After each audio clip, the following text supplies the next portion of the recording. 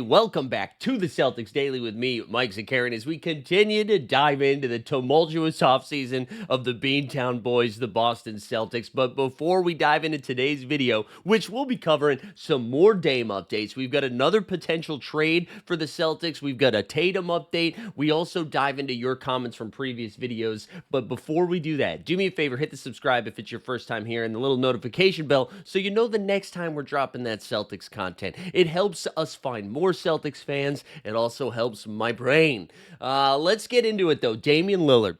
We've talked about him now for almost 3 consecutive videos. Maybe some of you think it's overkill. I don't care. I think this is exciting. And we also did get some updates. This is some loose reporting. Some would even call this tabloid reporting, almost like celebrity gossip, except this time it's for Damian Lillard and the Boston Celtics, because it does sound like Dame and Jason Tatum, according to hashtag sources say, have been in contact a bunch over the last few days. There's even some reporting that Damian Lillard is meeting with the Boston Celtics as early as today, could be even with Brad Stevens. Now, a lot of people still have mixed feelings. I still want to hear from you all how you feel about this Dame fit. Again, the assumption here is that he is going to be signing on a very team-friendly deal. So I know we hear the name Damian Lillard. We know we just got bought out of a $112 million contract where the Bucks are just going to be paying him $22 million a year every single year for the next 5 years. But I want you to like Men in Black, right? Erase that brain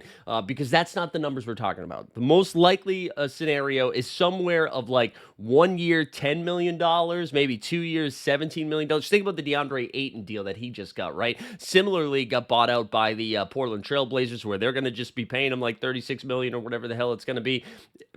He's now getting a 2-year, $16 million deal. So I would venture to guess it'll be a 2-year deal, because it would be bonkers for him to sign 1 year, assuming he's not going to be able to play this year anyway. So let's say it's a 2-year deal. Maybe it's a team option. Maybe it's a player option. I would say max it's going to be $20 million over the next 2 years. So knowing that that is the price point, that it's not something absurd like a $25 million a year type player, it's cheap. How are we feeling about this potential fit? I think a lot of people still think it's a pipe dream and that we're just being distracted by the next new shiny thing and that Dame time actually won't be coming here. But it does, the more people are talking about it, it does seem like there is interest on Dame's side. And I was throwing out the idea of in the last video that we did that maybe he ended up in a place like Houston, because that would make sense as a contender. He's got a decent relationship with Kevin Durant. But the more you think about like the landscape of the NBA, when you look at the Western Conference, right, you've got the Oklahoma City Thunder, who are the defending champs, and all their guys combined are like an age of 35, right? It's a young team that they're all like paid for the next couple of years. So they don't even have to spend that crazy money and do the thinking that Brad Stevens and the Celtics are doing right now. So they're going to be positioned to be right back there at the top of the West. Houston Rockets are retooled and are ready to go for the next few years. The Denver Nuggets are still right there, right? We don't know what Luka Magic and the Lakers are going to look like. The Clippers bring back James Harden and Kawhi, and they're going to beef up a little bit. I know I'm blanking on a bunch of other teams that are also very talented and good over there. Like we have Wembanyama and whatever this new look Spurs are, like how they're going to evolve. The Portland Trail Blazers are trying to win right now. Like the West is just a much deeper team. I didn't even talk about the Minnesota Timberwolves, the Golden State Warriors, right? You have to go through an absolute minefield, a battlefield. Shout out Jordan Sparks, I think. Who thought you were getting a Jordan Sparks reference today? Not me. But you have to go through that entire battlefield of the Western Conference, where if Dame is looking at the East, right, he's looking at, first of all, maybe some hashtag revenge against the Milwaukee Bucks and Giannis Antetokounmpo after they gave him the snip and sent him out of Milwaukee, right? But you look at the rest of the Eastern Conference, like, yeah, I mean, the Knicks are there, but I think we've seen the ceiling of the Knicks. Like, maybe they get a little bit better under their new coach, Mike Brown, offensively speaking, but like, whatever. And that's not talking about this year. Again, we're looking at next year. So you get the Knicks, you get the Cavs, I'm sure will still be there. The Pistons and the Magic and the Hawks are all teams that are probably evolving and trending upwards. The Bucks are trending down. We don't know what the Pacers are going to look like after they lose Miles Turner. But then you look at the Celtics roster. And again, Jaylen Brown will still be there. Jason Tatum would still be there. Derek White still there. You have Peyton Pritchard. Again, we are going to learn a lot about these young guys here at Summer League. Like, what are we going to get from these rookies this year? This is like a good feel-it-out season to see what we're going to get. But anyways, you add Damian Lillard to that mix, and like, listen, we don't know what kind of position he's going to be in health-wise. He will be coming back, but I don't think even if he's on the deal that he's on and he's just a guy that can only play 20 minutes a game, right? Where he can come in, he can shoot the hell out of the ball, he can still do some playmaking. Let's see what the pick and roll looks like. And like, yes, he's a sieve on defense, but if you can get by with one guy being poor on defense. I do think this works. I think it makes a ton of sense. And if you're Dame, you don't have to be the number one guy, and he probably can mentally now understand that he's not in the position in his career to be a number one guy. I think there was still this push-pull when he got to Milwaukee with Giannis. I bet there's a part of him that knew that Giannis was a better player than him, but he's still like at the peak of his powers in some sense. Coming back from this injury, I think he's got him know mentally that he's had a different phase in his career, and to see that you would have Tatum and Jaylen Brown, two elite wings that can do it on both ends of the court, it probably takes a little bit of the pressure off of him. And if he wants to put himself in a position where he can compete in the postseason for an NBA championship to get back to like that level of play that he got to experience in Portland and those series where he hit those game-winning shots to send Paul George and the Oklahoma City Thunder home, I think Boston makes a ton of sense for him. So I'm starting to really get excited that I do think this is going to happen. It sounds like if Tatum is in contact with him, if Stevens is already talking to him, and again, this feels like a move for next year that doesn't impact the books too much. I think it makes a ton of sense. And I do think, just from an optics standpoint, for some of the Celtics fans and the Celtics community who have been struggling a little bit of what this offseason looks like and how we have, shed off championship caliber players just to make our accountant be like, oh, yeah, that's good for the numbers, right? If we're just doing those types of moves, bringing in guys that are just cheap just so we don't have to pay the tax, it's kind of hard to get excited about the team. And I think making a move like that, it helps us like see the forest through the trees, see the trees through the forest, I don't whatever the hell the saying is, right? But it helps us kind of see the long-term picture of this and be like, okay, well, this is just a one-year move or a one-year gap year, tank year, whatever, where you don't have to like we don't it does if it's bad this year, we know you're trying to be good next year, because otherwise why would you spend the $10 million on Dame time? So anyways, that was 7 minutes on Damian Lillard. I apologize. It's just been like rambling around in my brain the last couple of days because I thought that I was doing selective tweet reading, selective sports reporting reading, but it does seem like there was just real smoke behind this Dame stuff. So curious again how you guys feel about this. I know there was some mixed feelings in the chat, but let me know. Have we talked ourselves into Dame yet, or are we still upset? Speaking of being upset, I can't imagine anyone's going to be thrilled about this because I put this out there the last like a month or two ago before this channel started to get a bunch of viewers. So shout out you guys for being here. But back then I mentioned how the Brooklyn Nets had a lot of different salaries they could move around to be very active in trades.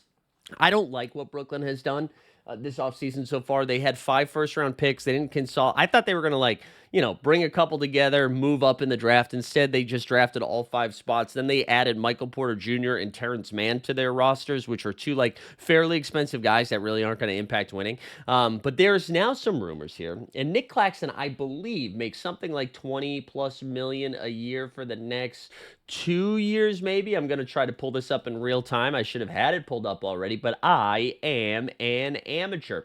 But there are rumors here that the Brooklyn Nets and the Celtics are in conversation to send the big man from Brooklyn to the Celtics for Anthony Simons. Now, I know there's a lot of Simons heads in the chat because anytime I bring up potential Simons deals, the chitty chat gets very upset. But here we go. Brooklyn Nets.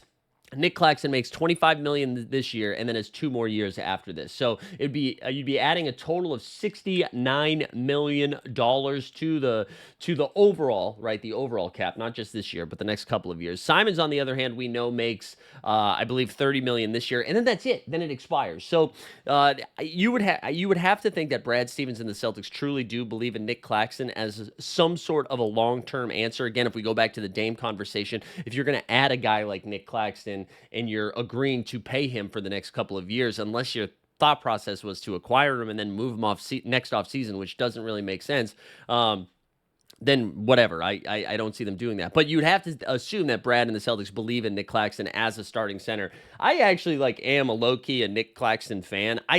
He is a plug the hole center. He's not go pause. He's not going to be the guy that's averaging 25 and 12. But I think I am of the mindset now when you look at the NBA, if you are not getting an elite center, right? If you're not getting the Wembanyamas, the Jokers, Joel Embiid when he's healthy. I'm sure I'm blanking on other elite center, the Anthony Davises, even Domas Sabonis. I think this is the way to go is you find these middle of the road guys who, again, Claxton, a good rim protector, decent rim runner, can probably give you 14 and 12 on any given night in a block or two.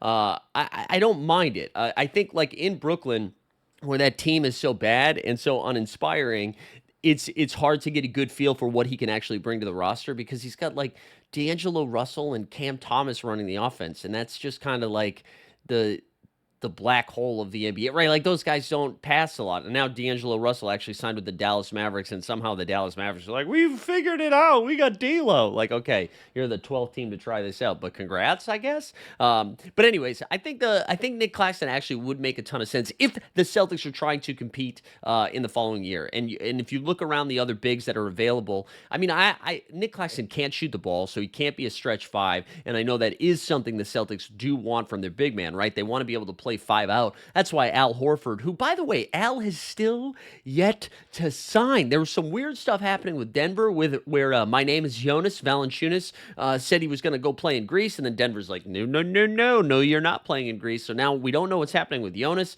The Warriors still have Kuminga, who he's got rumors to be moved. I don't know what's happening with Al. I'm surprised he hasn't made his decision yet, but anyways, thinking about guys like Al and Porzingis who are playing Joey Maz style basketball, that he does like to have all five of his guys be able to spread the floor, shoot the three, slash and kick, right? Nick Claxton is not that guy, and he's not somebody I don't think that we'd be like, well, if he was just in the right system, he'd shoot more threes. No, he doesn't. He's got the jumper looks bad, but I do think he still could work as a five on a good team because of what he does provide as a rim runner, rim protector, just like a paint presence.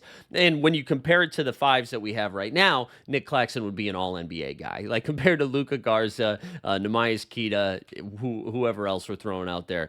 So I don't, Xavier Tillman, that's who I was forgetting. So I don't know. I'm not over the moon. I have way more excitement about Dame time than I do necessarily about Nick Claxton, but it is interesting that the Celtics are trying to move off. The thing that was surprising to me about it is that Simons makes $30 million, I believe we said, and Nick Claxton is 25, so it's really only a $5 million savings. That would get them under the second apron. They'd still be in the luxury tax, though, and over the first apron. So I don't really know.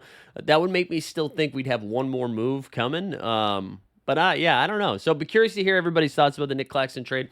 Last thing here before we get to your comments. Listen, I promise I'm not being creepy about it. I promise. But saw a lot of footage of Jason Tatum in the pool. He shared it on Instagram. And he's doing some pool work, and I am both optimistic about his recovery, but I also wanted to share this because I want everybody to chill, because I know what's happening. You seem like, hey, you start Googling and be like, after you tear your Achilles, how soon can you do pool work? And it was it says 2 months to pool work. He's in the pool in 6 weeks. Now we start talking ourselves into Tatum. Is he going to be back for opening night? Do you think Tatum's going to be back for opening night? I think we should still chill.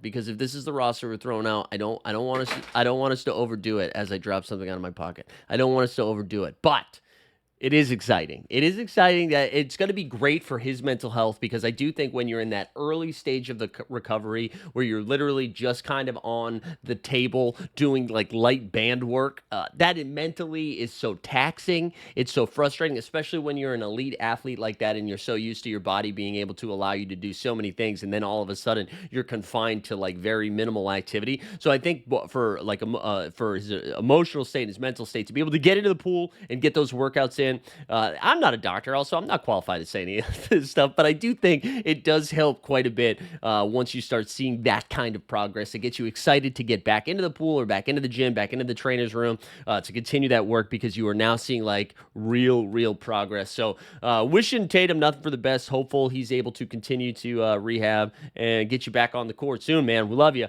But again, you don't have to rush too hard. You know what I'm saying? I don't want you getting hurt. I don't want you don't need to rush it. Don't rush it. Go nice and slow, Tatum. Let's get into some of your comments. But before we do that, if you've made it this far without hitting the subscribe, do me a favor.